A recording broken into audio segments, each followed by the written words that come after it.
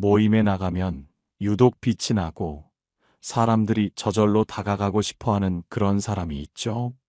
옆에 앉아 있기만 해도 기분이 좋아지고 그 사람의 말 한마디 한마디에 귀 기울이게 되는 마법 같은 존재들 말입니다. 돈이 많다고 다 그런 것도 아니고 높은 자리에 있다고 다 그런 것도 아니더라고요. 오히려 그런 것들과 상관없이 사람들의 마음을 사로잡는 이들이 있습니다. 오늘은 모임에서 가장 부러움을 받는 사람들의 특별한 특징 10가지를 낱낱이 파헤쳐 보겠습니다. 이 작은 차이들이 모여 당신의 존재감을 완전히 바꿔놓을 겁니다. 끝까지 주목해 주세요. 1. 항상 긍정적인 태도를 유지하는 사람. 여러분, 모임에 나갔을 때 한번 생각해 보세요. 어떤 사람에게 끌리던가요? 저는 개인적으로 항상 밝게 웃고 긍정적인 말만 하는 사람에게 저절로 마음이 가더라고요. 이런 사람들은 대화를 시작할 때부터 모임의 분위기를 환하게 만들어줍니다. 마치 햇살이 비추는 것처럼 말이죠. 누가 힘든 이야기를 해도 괜찮아. 다 잘 될 거야. 라며 따뜻한 격려와 희망을 전해줍니다. 단순히 좋은 말만 하는 게 아니라 진심으로 상대방을 응원하는 마음이 느껴지는 거죠. 이런 긍정적인 에너지는 전염성이 강해서 주변 사람들까지 기분 좋게 만듭니다. 아, 저 사람 옆에 있으면 나까지 긍정적이게 되는 것 같아. 이런 생각이 들게 하는 거죠. 2025년 최신 트렌드를 반영한 자료에서도 긍정적인 태도가 가장 중요한 요소로 꼽혔습니다. 어려운 상황 속에서도 긍정적인 면을 찾아내고 그걸 다른 사람들과 나누는 능력. 바로 이것이 모임에서 사람들의 마음을 움직이는 첫 번째 비결입니다. 주변에 이런 사람이 있다면 당신은 이미 행운아입니다. 그리고 당신도 그런 사람이 될 수 있어요. 작은 것부터 긍정적으로 바라보는 연습을 해보세요. 오늘 날씨가 흐리지만 덕분에 시원하네. 그 같은 작은 변화가 시작이 될 수 있습니다. 뿐만 아니라 긍정적인 태도는 스트레스 상황에서도 침착함을 유지하게 돕고 문제 해결 능력을 향상시키는 데도 기여합니다. 이런 사람들은 단순히 낙천적인 것을 넘어 현실적인 어려움 속에서도 긍정적인 해결책을 모색하며 적극적으로 삶을 개척해 나가는 모습을 보입니다. 그들의 긍정은 무조건적인 희망이 아닌 가능성을 믿는 합리적인 낙관주의에 가깝다고 할 수 있습니다. 이러한 태도는 모임 내에서 리더십을 발휘하게 만들기도 하며 다른 사람들에게 위기 상황을 극복할 수 있다는 용기를 불어넣어 줍니다. 2. 다른 사람의 이야기를 진심으로 경청하고 공감하는 사람. 요즘 세상에 자기 말만 하려는 사람은 너무 많습니다. 그런데 모임에서 진정으로 빛나는 사람은 바로 다른 사람의 이야기에 귀 기울일 줄 아는 사람입니다. 단순히 듣는 척하는 게 아니라 눈을 마주치고 고개를 끄덕이며 진심으로 상대방의 이야기에 공감해주는 사람 말이죠. 이런 사람들은 상대방의 감정을 읽어내고 적절한 반응을 보입니다. 아, 정말 힘드셨겠어요. 그때 기분이 어떠셨을지 상상이 가네요. 같은 말 한마디가 상대방에게는 큰 위로가 됩니다. 자신의 경험이나 정보를 공유하여 대화를 더욱 풍성하게 만드는 능력도 탁월합니다. 하지만 절대 자신의 이야기를 앞세우지 않아요. 상대방의 말을 존중하고 그 이야기를 통해 함께 새로운 것을 만들어가려는 태도를 보입니다. 심리학자들은 이러한 경청과 공감 능력이 사람 사이의 신뢰를 쌓는 가장 중요한 요소라고 말합니다. 사람들은 자신을 이해해주고 존중해주는 사람에게 마음을 열기 마련입니다. 모임에서 진정한 연결감을 만들고 싶다면 경청과 공감 능력을 키우는 것이 필수적입니다. 상대방의 말에 집중하고 그 사람의 세계를 이해하려고 노력해 보세요. 분명 놀라운 변화를 경험할 수 있을 겁니다. 이러한 경청은 단순히 상대방의 말을 수동적으로 받아들이는 것이 아니라 그들의 감정과 상황을 적극적으로 이해하려는 지적인 활동입니다. 상대방이 말하는 내용뿐만 아니라 그들이 말하지 않는 것, 즉 숨겨진 감정이나 의도까지도 파악하려는 노력이 동반됩니다. 이러한 깊이 있는 경청은 상대방에게 나는 당신의 존재 자체를 존중하고 이해하려 노력한다는 강력한 메시지를 전달합니다. 또한 공감 능력은 대화의 질을 높일 뿐만 아니라 관계의 깊이를 심화시키고 오해를 줄이며 궁극적으로는 더 긍정적이고 생산적인 상호작용을 가능하게 합니다. 당신의 주변에 경청과 공감의 달인이 있다면 그 사람과의 대화는 언제나 마음의 위안과 통찰을 선사할 것입니다. 3. 꾸준히 자신을 관리하며 자부심을 갖는 사람. 모임에 나가면 참 잘 관리했다라는 생각이 드는 사람이 있습니다. 외모가 뛰어나다는 것을 넘어 자신을 꾸준히 가꾸고 노력하는 모습에서 품격과 자부심이 느껴지는 거죠. 이는 단순히 좋은 옷을 입고 비싼 화장품을 바르는 것을 넘어섭니다. 건강을 위해 꾸준히 운동하고 단정한 차림으로 자신을 표현하며 언제나 자신감 있는 태도를 유지하는 것을 의미합니다. 새로운 헤어스타일을 시도하거나 규칙적인 운동을 통해 건강한 몸을 유지하는 것처럼 작은 변화들이 모여 큰 매력을 발산합니다. 중요한 건 완벽함이 아니라 자신을 사랑하고 아끼는 마음입니다. 난 나이가 들어도 나를 포기하지 않아. 이런 메시지를 행동으로 보여주는 거죠. 자기 관리는 또한 내면의 자신감으로 이어집니다. 스스로를 소중히 여기는 사람은 타인에게도 존중받기 마련입니다. 어쩜 저렇게 멋지게 나이 들까? 이런 감탄사가 절로 나오는 사람들은 분명 자기 관리에 철저합니다. 자기 자신을 위한 투자를 아끼지 않는 사람은 그 어떤 명품보다 빛나는 아우라를 풍깁니다. 오늘부터 작은 습관 하나부터 시작해 보세요. 매일 아침 거울을 보며 긍정적인 말을 건네는 것도 좋은 시작이 될 수 있습니다. 외적인 자기 관리는 단순히 타인에게 잘 보이기 위한 수단이 아닙니다. 이는 자기 자신에 대한 존중의 표현이자 건강하고 활기찬 삶을 유지하기 위한 적극적인 노력입니다.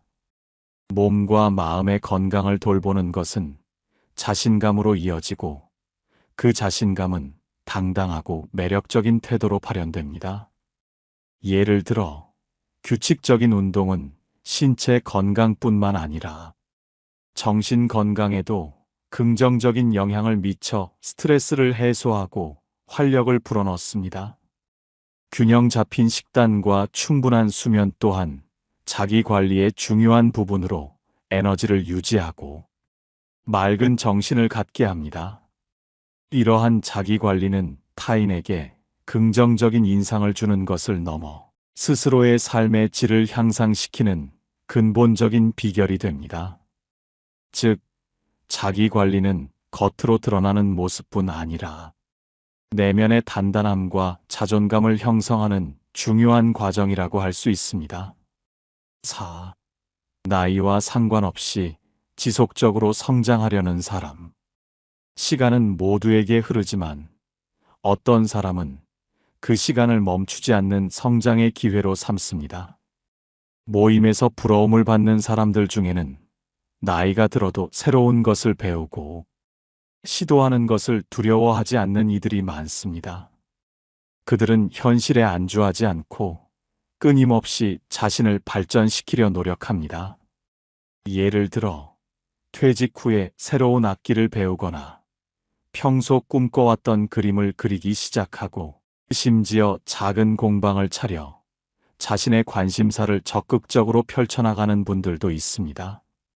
이런 분들을 보면 정말 멋있다 라는 말이 절로 나옵니다.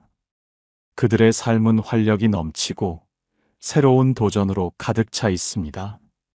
단순히 돈을 버는 행위를 넘어 자신의 삶을 의미 있게 채워나가는 과정에서 행복을 찾습니다. 주변 사람들은 이런 열정적인 모습에서 큰 영감을 얻습니다. 나도 저분처럼 멋지게 나이 들고 싶다는 생각을 하게 되는 거죠. 지속적인 성장은 단순히 개인의 만족을 넘어 주변 사람들에게 긍정적인 에너지를 전달하고 모임의 분위기를 한층 더 밝고 역동적으로 만듭니다. 배움에는 끝이 없습니다. 지금 당신이 배우고 싶은 것이 있다면 망설이지 말고 도전해 보세요. 새로운 시작은 언제나 당신의 삶을 더욱 풍요롭게 만들 것입니다. 이러한 지속적인 성장은 단순한 지식 습득을 넘어 유연한 사고와 적응력을 키우는 데 결정적인 역할을 합니다. 급변하는 사회 속에서 새로운 정보를 빠르게 습득하고 자신의 것으로 만드는 능력은 나이에 상관없이 개인의 가치를 높이는 중요한 자산이 됩니다. 독서, 온라인 강의 수강, 새로운 기술 배우기, 외국어 학습 등 다양한 방법으로 자신을 개발할 수 있습니다. 중요한 것은 나는 이미 다 알았다는 태도를 버리고 언제나 겸손하게 새로운 것을 받아들일 준비를 하는 것입니다. 이런 사람들은 대화에서도 깊이와 통찰력을 보여주며 언제나 흥미로운 주제로 사람들의 이목을 끕니다. 그들의 삶은 멈춰있는 연못이 아니라 끊임없이 흐르는 강물처럼 생동감 넘치는 매력을 발산합니다. 또 자신의 잘못을 인정하고 반성할 줄 아는 품격 있는 사람. 누구나 살면서 실수를 합니다. 하지만 그 실수를 대하는 태도에서 한 사람의 품격이 드러납니다. 모임에서 진정으로 존경받는 사람은 자신의 잘못을 인정하고 반성하며 같은 실수를 반복하지 않으려고 노력하는 사람입니다. 변명하거나 회피하지 않고 솔직하게 자신의 잘못을 받아들이는 태도는 보는 사람에게 깊은 신뢰감을 줍니다. 제가 그때 경솔했습니다. 다음부터는 더욱 신중하게 행동하겠습니다. 이런 말 한마디는 단순한 사과를 넘어 그 사람의 성숙함과 인격을 보여줍니다. 이런 사람들은 갈등 상황에서도 감정적으로 대응하기보다는 문제의 본질을 파악하고 합리적인 해결책을 찾으려 노력합니다. 마치 노련한 선장처럼 말이죠. 그들은 감정의 파도에 휩쓸리지 않고 이성적으로 상황을 분석하며 가장 현명한 길을 찾아냅니다. 역시 저분은 다르다니까. 이런 말이 나오는 건 그 사람의 품격 있는 태도 때문입니다. 반대로 자신의 잘못을 인정하지 않고 남 탓만 하는 사람은 점점 외면받기 마련입니다. 품격 있는 태도는 하루아침에 만들어지는 것이 아닙니다. 자신의 말과 행동을 돌아보고 끊임없이 자신을 성찰하는 노력 속에서 비로소 완성됩니다. 때로는 용기 있는 인정이 수많은 변명보다 더 큰 힘을 발휘합니다. 특히 사회생활을 하며 리더의 자리에 있는 사람이라면 자신의 잘못을 인정하는 용기가 얼마나 중요한지 깨닫게 됩니다. 이는 조직의 신뢰를 높이고 구성원들에게 책임감 있는 모습을 보여주는 가장 강력한 방법이기도 합니다. 자신의 실수에서 배우고 성장하는 모습을 보여주는 것은 어떤 화려한 성공보다도 값진 덕목으로 여겨질 수 있습니다. 진정한 품격은 완벽함에서 오는 것이 아니라 부족함을 인정하고 개선하려는 노력에서 발현됩니다. 6. 약속을 잘 지키고 기본적인 예의를 갖춘 사람. 성공하는 사람들의 특징을 이야기할 때 종종 기본에 충실하라는 말을 듣습니다. 모임에서도 마찬가지입니다. 가장 기본적인 예의와 좋은 습관을 지키는 사람이 결국 부러움을 받습니다. 예를 들어, 약속 시간을 칼같이 지키는 것. 이건 상대방의 시간을 존중한다는 가장 확실한 표현입니다. 죄송합니다. 차가 막혀서 늦었습니다. 라는 말도 처음 한두 번이지 매번 반복되면 신뢰를 잃게 됩니다. 이외에도 다른 사람의 말에 귀 기울이고 적절한 리액션을 보여주는 것, 타인에게 불필요한 피해를 주지 않는 것 등 기본적인 예의는 사람 관계의 필수 요소입니다. 나태함을 경계하고 꾸준히 좋은 습관을 통해 긍정적인 결과를 만들어내는 사람들은 주변에 좋은 영향을 미칩니다. 역시 저 사람은 믿을 수 있어. 이런 평가는 하루아침에 생기는 것이 아닙니다. 작은 약속 하나하나를 소중히 여기고 타인을 배려하는 마음이 쌓여 만들어지는 것이죠. 사소해 보일 수 있지만 이런 기본적인 덕목이야말로 모임에서 당신의 가치를 높이는 중요한 요소입니다. 단순히 시간을 잘 지키는 것을 넘어 자신이 한 말에 대한 책임을 지고 약속한 바를 성실히 이행하는 모습은 깊은 신뢰를 형성하는 기반이 됩니다. 작은 약속이라도 가볍게 여기지 않고 끝까지 지키려는 노력은 그 사람의 성실성과 진정성을 보여주는 지표가 됩니다. 예를 들어, 다음 주에 커피 한잔 할까요?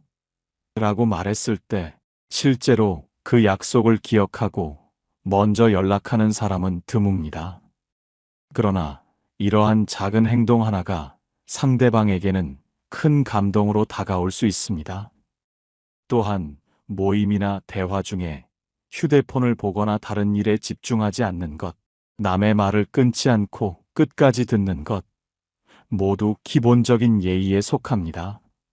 이러한 행동들은 사소하게 보일지라도 타인에 대한 존중을 드러내며 당신의 인격을 한층 더 고양시키는 중요한 역할을 합니다.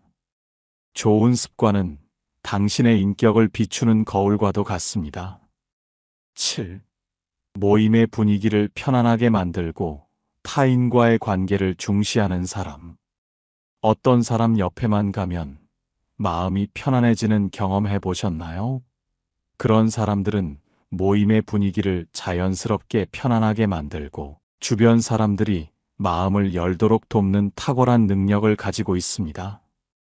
이들은 단순히 재미있는 이야기를 하는 것을 넘어 타인과의 관계 형성을 중요하게 생각하며 긍정적인 상호작용을 추구합니다. 예를 들어, 새로운 사람이 모임에 오면 먼저 다가가 말을 건네고 어색함을 풀어주려 노력합니다. 모두가 함께 즐길 수 있는 대화 주제를 이끌어내고 소외되는 사람이 없도록 섬세하게 신경 씁니다. 이런 사람들은 모임의 윤활유 같은 존재입니다. 그들은 자신을 드러내기보다는 모든 구성원이 편안하고 즐거운 시간을 보낼 수 있도록 돕는 데 집중합니다. 저분 덕분에 오늘 모임 정말 즐거웠어. 이런 말이 저절로 나오게 하는 사람들이죠. 긍정적인 관계는 삶의 만족도를 높이는 가장 중요한 요소 중 하나입니다. 타인에게 진심으로 관심을 가지고 그들과 좋은 관계를 맺으려 노력하는 모습은 모임에서 당신을 더욱 빛나게 할 것입니다. 이러한 관계 지향적인 태도는 단순한 친목을 넘어 서로에게 지지와 격려를 보내는 공동체 의식을 형성하는 데 기여합니다. 어려운 일이 생겼을 때 서로 돕고 기쁜 일이 있을 때 함께 축하해주는 문화는 이런 관계 중시하는 사람들의 노력으로 만들어집니다. 그들은 대화에서 상대방의 의견을 존중하고 다양한 관점을 수용하며 갈등이 생겼을 때도 중립적인 입장에서 조율하려는 노력을 아끼지 않습니다. 이러한 능력은 특히 다수의 사람이 모이는 자리에서 그 빛을 발하며 모든 구성원이 편안하고 만족감을 느끼는 모임을 만드는데 핵심적인 역할을 합니다. 타인과의 긍정적인 상호작용은 결국 자신에게도 긍정적인 에너지로 되돌아옵니다. 8. 내면의 성숙함과 지혜를 갖춘 사람. 겉으로 보이는 화려함보다 더 중요한 것은 내면의 깊이와 성숙함입니다. 모임에서 진정으로 부러움을 받는 사람들은 단순히 외적인 모습뿐만 아니라 풍부한 삶의 경험을 통해 얻은 지혜와 내면의 단단함을 갖추고 있습니다. 그들은 가볍게 행동하지 않고 사려 깊은 말과 행동으로 주변 사람들에게 영감을 줍니다. 어려운 상황에서도 평정심을 잃지 않고 현명하게 대처하며 갈등을 조율하고 해결하는 데 도움을 줍니다. 마치 삶의 나침반처럼 그들의 지혜는 다른 사람들에게 길을 안내하는 역할을 하기도 합니다. 저분 이야기를 들으면 마음이 편안해지고 해답을 얻는 것 같아. 이런 생각을 들게 하는 존재들 말이죠. 내면의 성숙함은 끊임없는 자기 성찰과 배움을 통해 얻어집니다. 독서를 통해 지식을 쌓고 다양한 사람들과의 소통을 통해 세상을 이해하며 자신의 감정을 다스리는 연습을 하는 것이 중요합니다. 외적인 아름다움은 일시적일 수 있지만 내면의 아름다움은 시간이 지날수록 더욱 빛을 발합니다. 지혜는 단순한 지식의 축적을 넘어 삶의 복잡한 문제들을 통찰하고 본질을 꿰뚫어 보는 능력입니다. 이런 사람들은 단편적인 정보에 흔들리지 않고 큰 그림을 보며 장기적인 관점에서 상황을 판단합니다. 그들의 조언은 때로는 뼈아플지라도 항상 깊은 통찰과 진정성을 담고 있어 믿고 따르게 만듭니다. 또한 내면의 성숙함은 자신뿐만 아니라 타인의 감정을 헤아리고 이해하는 능력, 즉 정서적 지능과도 깊이 연결됩니다. 자신의 감정을 잘 조절하고 타인의 감정에 공감하며 원만한 인간관계를 유지하는 힘은 바로 내면의 단단함에서 나옵니다. 이러한 깊이 있는 내면은 어떤 외적인 조건보다도 사람들에게 강력한 매력으로 다가가며 지속적인 존경심을 불러일으킵니다. 9. 삶의 다양한 영역에서 균형을 이루려는 사람. 삶은 어느 한쪽에만 치우쳐서는 건강하게 유지될 수 없습니다. 모임에서 진정으로 부러움을 받는 사람들은 건강, 재정, 관계, 마음의 평화 등 삶의 다양한 영역에서 균형을 이루려 노력합니다. 이들은 단순히 돈만 많이 버는 것에 집중하거나 오로지 건강만을 챙기는 것이 아니라 모든 영역을 조화롭게 관리합니다. 예를 들어 경제적인 안정과 동시에 취미 생활을 통해 마음의 풍요를 얻고 건강을 챙기면서도 가족과의 시간을 소홀히 하지 않습니다. 어쩜 저렇게 모든 것을 잘 해낼까? 라는 감탄사가 나오는 사람들은 분명 자신의 삶을 전체적으로 조망하고 중요한 가치들을 놓치지 않으려 노력합니다. 균형 잡힌 삶은 불안감을 줄이고 전반적인 행복감을 높이는 데 기여합니다. 이런 사람들은 스스로에게 충만함을 느끼며 그 에너지는 주변 사람들에게도 긍정적인 영향을 미칩니다. 바쁜 일상 속에서도 잠시 멈춰서서 자신의 삶을 돌아보고 어느 한쪽에만 치우치지 않도록 노력하는 것이 중요합니다. 작은 균형의 노력이 당신의 삶을 더욱 풍성하게 만들 것입니다. 특히 현대 사회는 끊임없이 특정 분야에서의 성공만을 강요하는 경향이 있지만 진정한 행복은 삶의 모든 면에서 조화와 균형을 이룰 때 찾아온다는 것을 아는 이들입니다. 그들은 일과 삶의 균형 워크-라이프 밸런스를 중요하게 생각하며 개인의 성장과 관계의 유지, 정신 건강까지 어느 하나 소홀히 하지 않습니다. 때로는 효율성을 조금 포기하더라도 장기적인 관점에서 자신의 삶을 더 풍요롭게 만드는 선택을 합니다. 예를 들어, 바쁜 일정 속에서도 명상이나 요가를 통해 마음의 평화를 찾고, 주말에는 스마트폰을 멀리하고 자연 속에서 가족과 시간을 보내는 등의 노력을 기울입니다. 이러한 균형 잡힌 삶은 불안감과 스트레스를 줄여줄 뿐만 아니라 갑작스러운 변화나 위기에도 더 유연하게 대처할 수 있는 내적인 힘을 길러줍니다. 진정한 풍요는 통장에 찍힌 숫자에만 있지 않다는 것을 이들은 삶으로 보여줍니다. 10. 자신만의 개성과 매력을 개발하여 차별화되는 사람. 마지막으로, 모임에서 가장 부러움을 받는 사람들은 자신만의 개성과 매력을 개발하여 타인과 차별화되는 자신만의 강점을 가지고 있습니다. 이들은 획일적인 기준에 갇히지 않고 나라는 존재의 고유한 빛깔을 당당하게 드러냅니다. 예를 들어, 남들이 잘 시도하지 않는 독특한 취미를 가지고 있거나 자신만의 확고한 가치관과 철학을 가지고 삶을 살아갑니다. 유머 감각이 뛰어나서 사람들을 웃게 만드는 재주가 있거나 특정 분야에 깊이 있는 지식을 가지고 있어 언제든 흥미로운 이야기를 들려줄 수 있는 사람도 여기에 해당합니다. 중요한 것은 남을 따라하는 것이 아니라 진정한 나를 발견하고 그것을 발전시키는 것입니다. 저 사람은 정말 특별해. 저런 매력은 아무나 가질 수 없어. 이런 평가를 받는 사람들은 분명 자신만의 색깔을 가지고 있습니다. 자신만의 개성을 개발하는 것은 자기 자신을 더욱 사랑하고 삶을 더욱 풍요롭게 만드는 과정입니다. 당신 안에는 분명 남들과 다른 특별한 빛이 있습니다. 그 빛을 찾아내고 세상에 당당하게 보여주세요. 이들은 사회가 정해놓은 틀에 자신을 억지로 맞추려 하지 않으며 오히려 자신의 독특함을 강점으로 승화시킵니다. 이러한 개성은 대화에서 예측 불가능한 신선함을 선사하거나 특정 문제에 대한 창의적인 해결책을 제시하는 능력으로 발현되기도 합니다.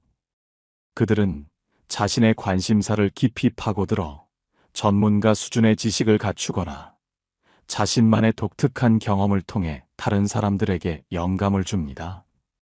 예를 들어, 평범한 주부이지만 특정 지역의 역사에 정통하여 흥미로운 이야기를 들려주거나 직장인이면서도 숨겨진 예술적 재능으로 주변 사람들을 놀라게 하는 경우도 있습니다.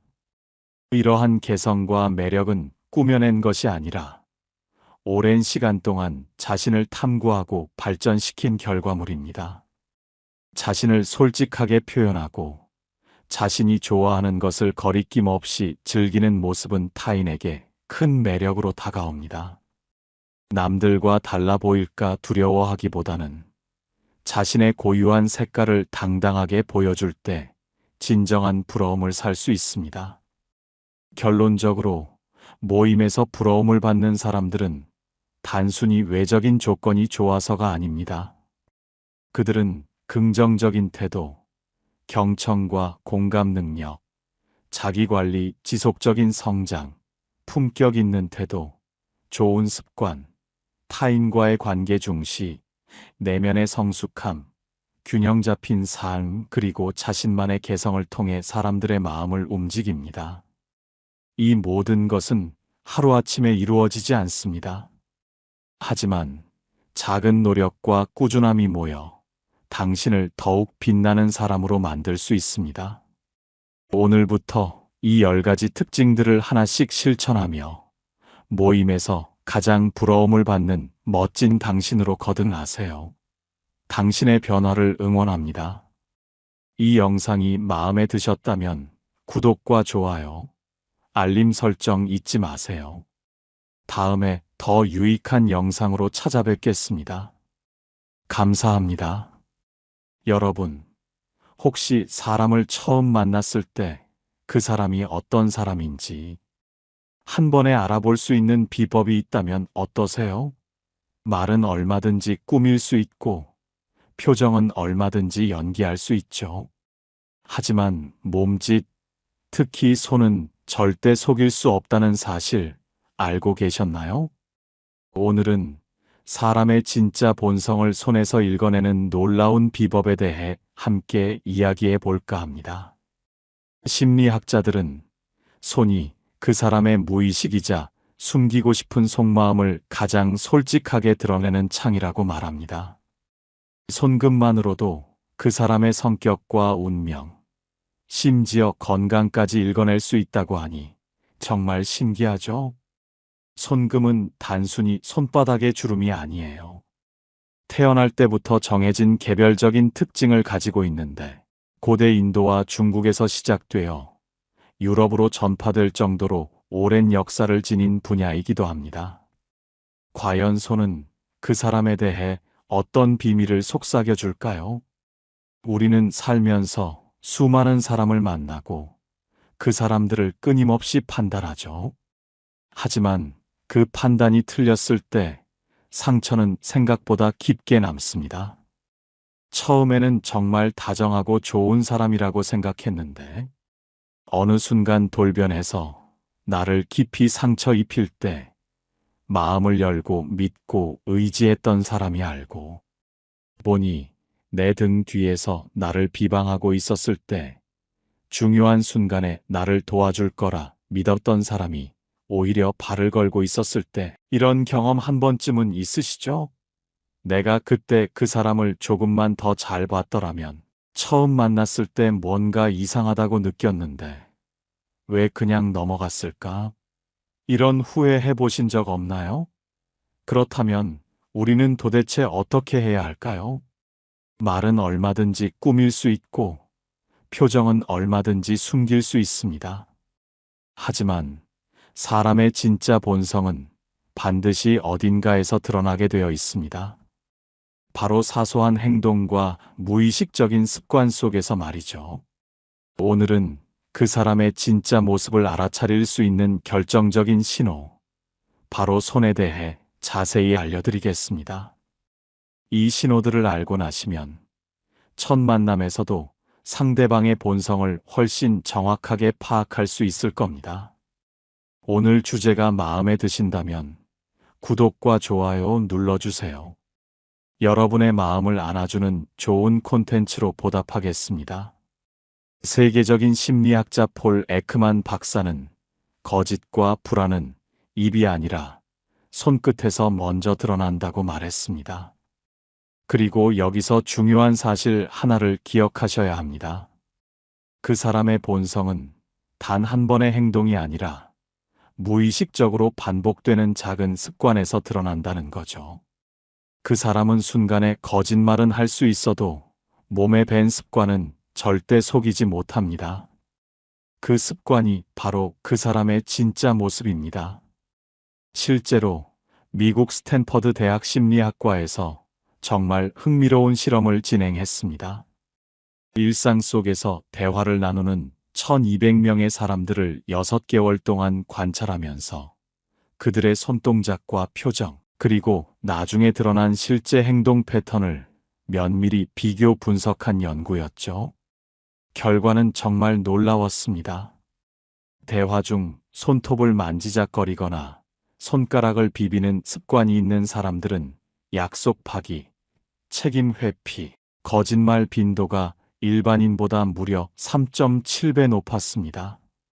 반면 손동작이 자연스럽고 안정적인 사람들은 끝까지 약속을 지키고 상대방에 대한 배려심과 신뢰도 월등히 높았죠. 연구팀은 최종적으로 이렇게 결론 내렸습니다. 손끝의 미세한 습관은 그 사람의 인생 태도와 신뢰도를 예고하는 가장 정확한 신호다. 이 연구 결과는 우리의 직관과 경험을 과학적으로 뒷받침해주며 손이 얼마나 중요한 비언어적 소통의 도구인지를 명확히 보여줍니다.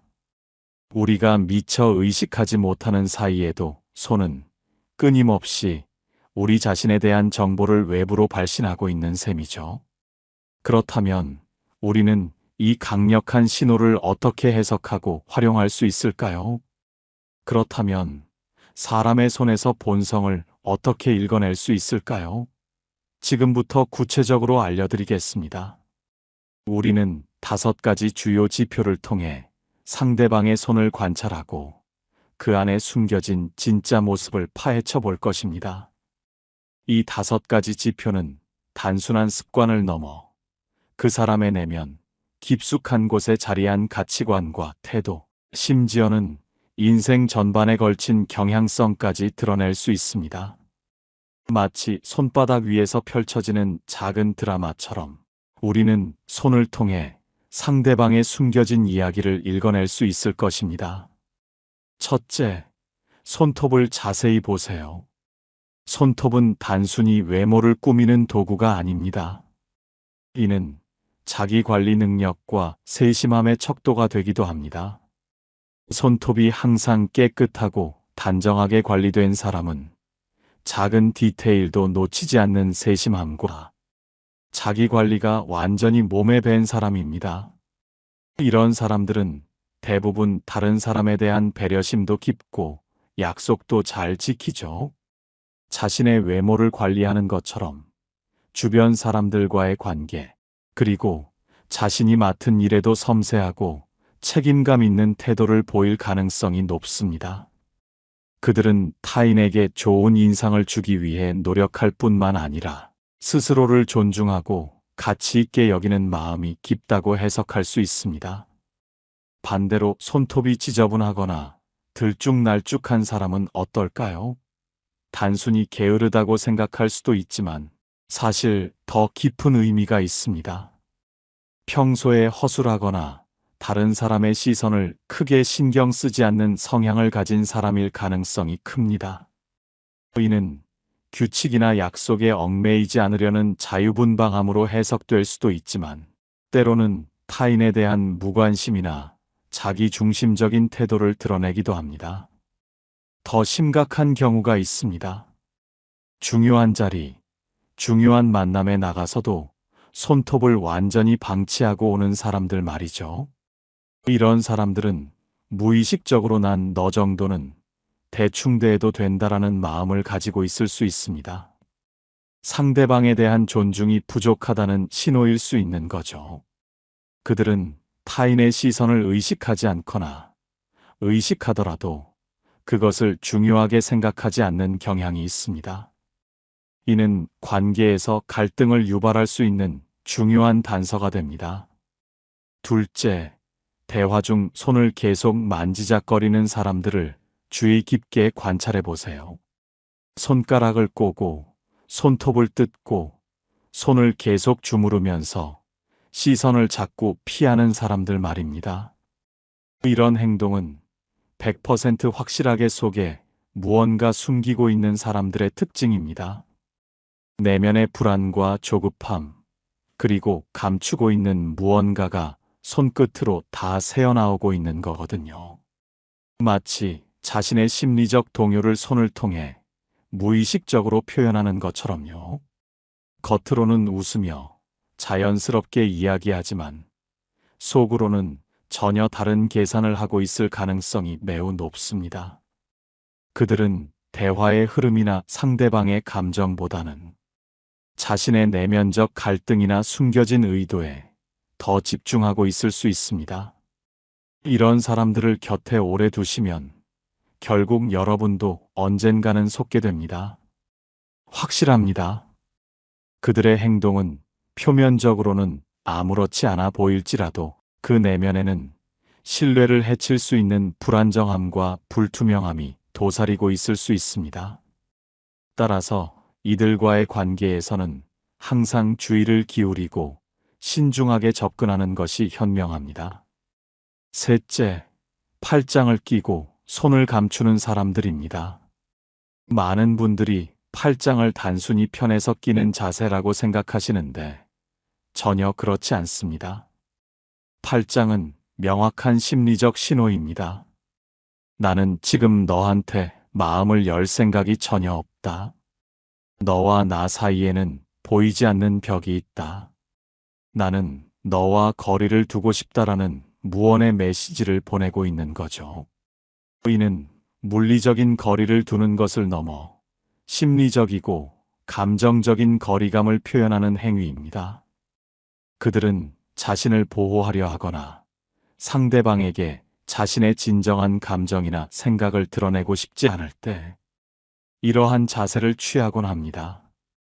특히 중요한 대화를 하는 중에 갑자기 팔짱을 낀다면 이미 속으로는 당신을 거부하고 있다는 뜻입니다.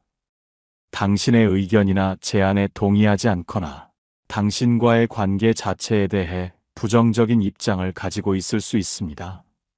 이런 사람들과는 절대로 깊은 관계로 발전시키려고 하지 마세요. 가봤자 나만 상처받습니다. 그들의 팔짱은 마음의 문을 닫는 분명한 신호이므로 그 신호를 무시하고 다가가려 한다면 오히려 역효과만 초래할 수 있습니다.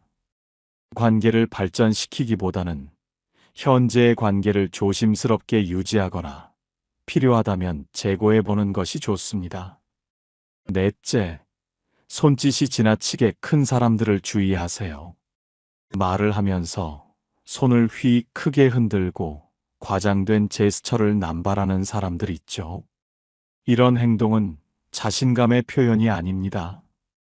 오히려 나 좀 봐줘, 나 좀 인정해줘, 나는 이렇게 대단한 사람이야 라고 외치는 내면의 허세와 불안의 표현입니다.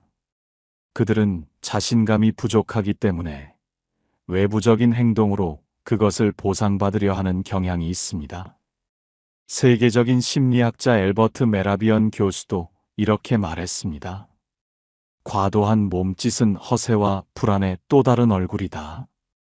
이는 실제로 내면의 불확실성을 가리기 위한 방어 기제일 수 있습니다.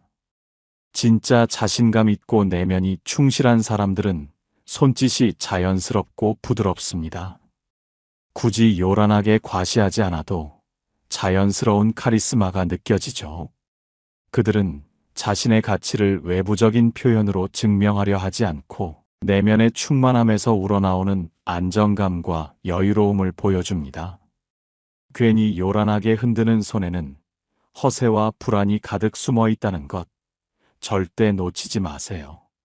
겉모습만 보고 현혹되지 않고 그 이면에 숨겨진 심리를 읽어내는 것이 중요합니다.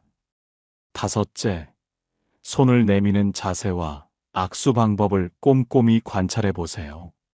악수는 단순한 인사를 넘어 두 사람의 관계와 태도를 보여주는 중요한 비언어적 행위입니다. 악수할 때 손등이 위로 오도록 손을 내미는 사람이 있습니다. 이건 무의식적으로 내가 너보다 위에 있다는 권력 의식의 표현입니다. 상대방을 지배하려는 욕구나 우월감을 표출하는 행위로 해석될 수 있죠.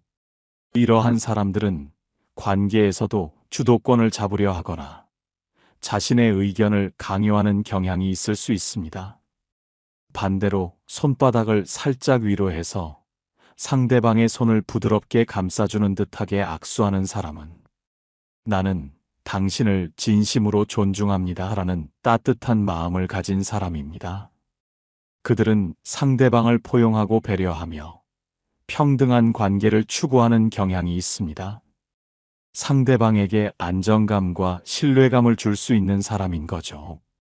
그리고 수평으로 자연스럽게 손을 내미는 사람은 같은 눈높이에서 평등하게 대화하려는 사람이고요. 그들은 공정하고 합리적인 태도로 관계에 임하며 상대방과의 상호 존중을 중요하게 생각합니다. 단 한 번의 악수에도 그 사람의 속내가 이렇게 명확하게 드러납니다. 다음에 누군가와 악수할 때 그 손의 각도와 힘의 정도를 꼭 주의 깊게 관찰해 보세요. 악수는 짧은 순간이지만 그 안에 담긴 의미는 결코 가볍지 않습니다. 자, 지금까지 우리는 손으로 사람의 본성을 알아보는 방법에 대해 이야기해 봤습니다. 이제 손금 이야기를 빼놓을 수 없겠죠? 손금은 그 사람의 인생 전반을 담고 있는 지도와 같다고 할 수 있어요. 물론 현대 사회에서 손금은 과학적인 근거가 부족하다고 말하기도 합니다. 하지만 유전적 요인과 환경적 요인의 상호작용으로 손금이 형성된다는 과학적 접근도 시도되고 있어요. 생물학적 특성을 반영할 가능성이 있다는 거죠. 손금은 단순히 미신적인 요소를 넘어 우리의 신체적, 정신적 특성을 반영하는 흥미로운 지표로 재조명될 수 있습니다. 어쩌면 손금은 우리가 미처 깨닫지 못하는 잠재력이나 성향을 보여주는 거울일지도 모릅니다. 손금 분석의 기본 원칙을 조금 더 자세히 들여다볼까요? 고대부터 내려온 손금학은 수천 년간의 관찰과 경험이 축적된 지식의 보고입니다. 이 지식을 현대적인 시각으로 재해석하여 우리 자신과 타인을 이해하는 데 활용할 수 있습니다. 손금에는 크게 세 가지 주요 선이 있습니다. 생명선, 두뇌선, 그리고 감정선이죠. 이 세 가지 선은 사람의 기본적인 특성과 경향성을 보여주는 가장 중요한 지표입니다. 이 외에도 결혼선이나 재물선 같은 보조선도 있습니다. 보조선들은 특정 영역에서의 운명이나 성향을 보다 구체적으로 보여주죠. 손바닥의 언덕 마운트와 손가락의 길이, 모양까지 고려해서 분석해야 더 정확한 결과를 얻을 수 있어요. 손바닥의 언덕은 특정 행성이나 신체 부위와 연결되어 각기 다른 의미를 가지며 손가락의 모양과 길이 또한 그 사람의 성격과 재능에 대한 중요한 단서를 제공합니다. 마치 복잡한 지도처럼 손금은 다양한 요소들이 복합적으로 작용하여 한 사람의 삶을 그려냅니다. 어느 손을 봐야 할까요? 오른손잡이의 경우 왼손은 타고난 운명, 즉 선천적인 기질과 잠재력을 나타내고, 오른손은 현재와 미래, 즉 후천적인 노력과 변화를 보여준다고 합니다. 왼손잡이는 반대로 오른손이 타고난 운명, 왼손이 현재와 미래를 보여주죠. 양손을 비교해서 종합적으로 판단하는 것이 가장 정확하다고 해요. 양손의 손금이 다를 경우 이는 타고난 운명과 현재의 삶 사이에 어떤 변화나 노력이 있었는지를 보여주는 흥미로운 지표가 됩니다. 이제 주요 손금 선과 그에 따른 성격 해석을 알아볼까요? 각 선이 의미하는 바를 이해하면 우리는 손바닥 위에 펼쳐진 자신의 삶의 지도를 더 명확하게 읽어낼 수 있습니다. 이는 단순한 호기심을 넘어 자기 이해를 심화하고 미래를 계획하는 데 유용한 통찰력을 제공할 수 있습니다. 첫째, 생명선, 라이프라인입니다. 이 선은 건강과 에너지, 인생 경험, 활력, 열정을 나타냅니다. 삶의 강도와 깊이를 보여주는 가장 기본적인 선이라고 할 수 있죠. 길고 선명한 생명선을 가진 사람은 건강하고 활력 넘치는 삶을 살며 풍부한 인생 경험을 할 가능성이 높다고 합니다. 그들은 에너지가 넘치고 삶에 대한 열정이 강하여 여러 가지 도전을 두려워하지 않고 적극적으로 인생을 개척해 나가는 경향이 있습니다. 반대로 짧고 흐린 생명선은 체력이 약하거나 건강에 유의해야 함을 나타낼 수 있습니다. 이는 육체적인 건강뿐만 아니라 정신적인 활력의 부족을 의미하기도 합니다. 만약 생명선이 중간에 단절되어 있다면 질병이나 사고로 인한 삶의 변화 또는 정신적인 갈등을 겪을 수 있다고 해석하기도 합니다. 이러한 단절은 인생의 전환점이나 큰 어려움을 겪을 수 있음을 암시하며 이를 극복하는 과정에서 더욱 강해질 수 있음을 시사하기도 합니다. 생명선에서 가지가 많이 뻗어 있다면 삶의 변화가 잦고 여행이나 이동이 많을 수 있다는 의미를 가집니다. 이는 다채로운 경험과 새로운 환경에 대한 호기심이 많다는 것을 보여주기도 합니다. 둘째, 두뇌선, 헤드라인입니다. 이 선은 지능, 사고방식, 창의성, 지적인 호기심과 관심, 그리고 배워야 할 가르침을 의미합니다. 우리의 정신 활동과 직접적으로 연결되는 선이라고 할 수 있죠. 길고 깊은 두뇌선은 논리적이고 분석적인 성격이며 배움이 깊다는 것을 나타냅니다. 이러한 사람들은 합리적인 사고를 중시하고 문제 해결에 있어 체계적인 접근 방식을 선호합니다.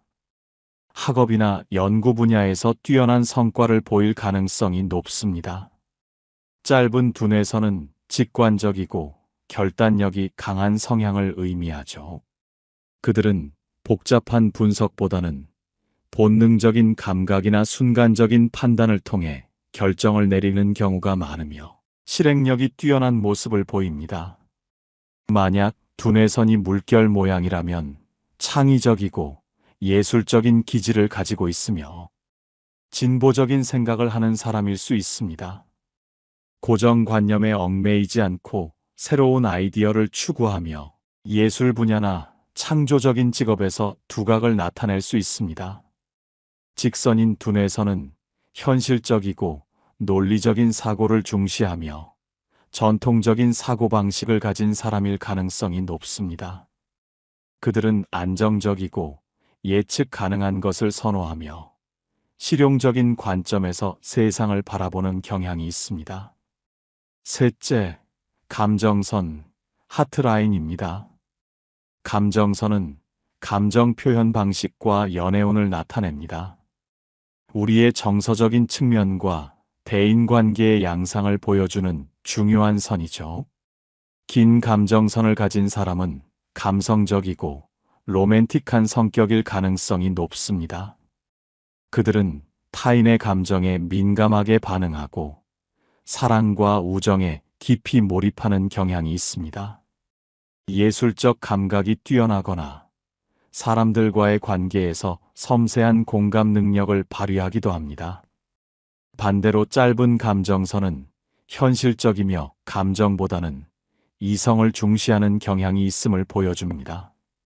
그들은 감정적인 동요에 휩쓸리지 않고 냉철하게 상황을 판단하며 실용적인 가치를 우선시하는 경향이 있습니다.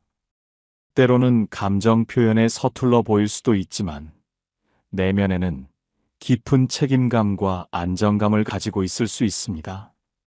이 외에도 여러 선들이 있어요. 손금은 이처럼 다양한 선들이 복합적으로 작용하여 한 사람의 복잡한 내면과 삶의 궤적을 보여줍니다. 결혼선은 개인의 중요한 관계나 결혼 생활을 나타냅니다.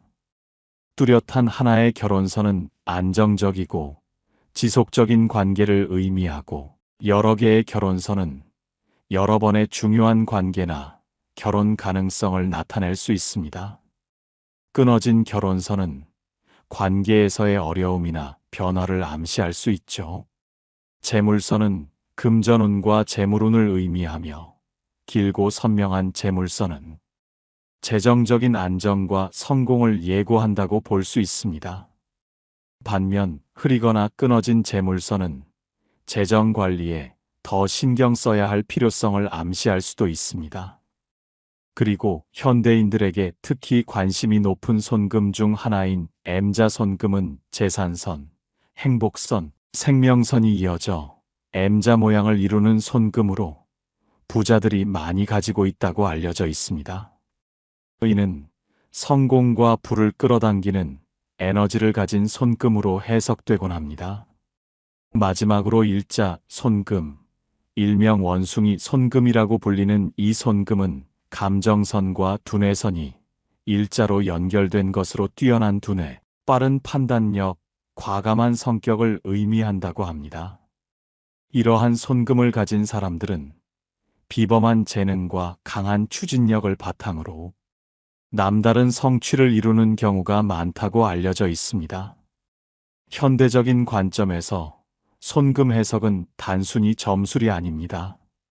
오히려 자기 이해 및 개발 도구로 활용될 수 있어요.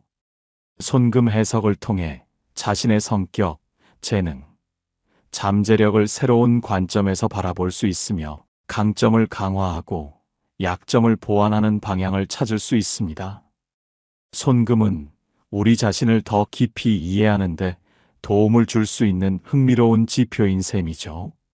예를 들어 자신의 두뇌선이 길고 깊다면 논리적 사고력을 더욱 갈고 닦아 전문성을 키우는데 집중할 수 있고, 감정선이 짧다면 감성적인 측면을 보완하기 위해 노력할 수 있습니다. 즉, 손금은 우리 내면에 숨겨진 지도를 제공하여 우리가 어떤 방향으로 나아가야 할지, 어떤 부분을 발전시켜야 할지 통찰력을 얻는 데 도움을 줍니다. 손을 읽는 방법은 단순히 손금만 보는 것이 아닙니다. 손의 촉감, 손등과 손바닥의 거칠기, 손톱 정리 상태 등 사소한 부분도 놓치지 않고 섬세하게 관찰하는 것이 중요해요. 거친 손은 육체 노동이나 활동적인 삶을, 부드러운 손은 섬세하고 예술적인 기질을 나타낼 수 있습니다. 손등의 핏줄이나 손바닥의 살집 등도 그 사람의 건강 상태나 성향을 보여주는 중요한 단서가 됩니다. 또한 손 모양을 4가지 특성으로 분류하여 파악하기도 합니다.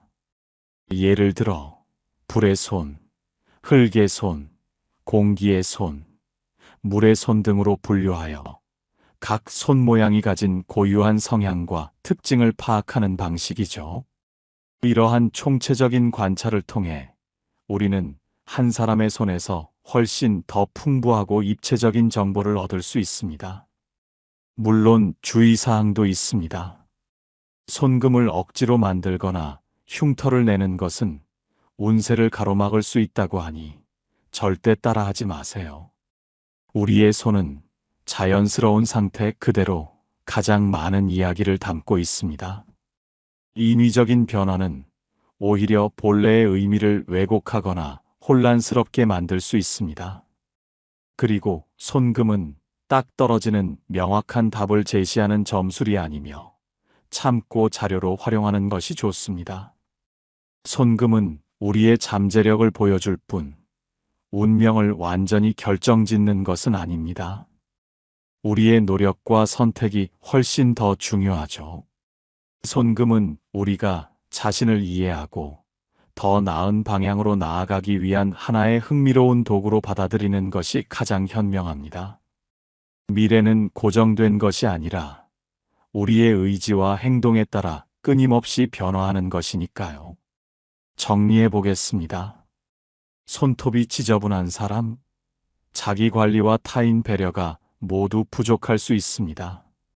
대화 중 손을 만지작거리는 사람, 속에 꿍꿍이가 있거나 불안감이 높은 사람일 가능성이 있습니다. 팔짱을 자주 끼는 사람, 마음을 열 생각이 전혀 없거나 방어적인 태도를 가진 사람입니다. 손짓이 지나치게 큰 사람, 허세와 불안이 뒤섞여 있거나 주목받고 싶어하는 욕구가 강한 사람입니다. 손 내미는 자세, 그 사람의 권위의식과 배려심이 그대로 드러나는 중요한 신호입니다. 독일의 위대한 철학자 쇼펜하우어는 이렇게 말했습니다. 작은 습관이 그 사람의 진짜 인격을 드러낸다. 이 말은 손의 미세한 움직임과 습관이 그 사람의 본성을 얼마나 정확하게 보여주는지 다시 한번 강조합니다. 말은 얼마든지 아름답게 포장할 수 있습니다. 하지만 손은 그 사람의 무의식이자 숨기고 싶은 속마음을 가장 솔직하게 드러내는 참입니다. 앞으로 사람을 만날 때는 말보다 먼저 손을 보세요. 그 손끝에서 그 사람의 진짜 본성을 읽어낼 수 있습니다. 손금 역시 우리 삶의 중요한 단서가 될 수 있음을 기억하며 이를 자기 이해의 도구로 현명하게 활용하시길 바랍니다. 이것이 사람의 본성을 알아보는 첫 번째 결정적 신호입니다.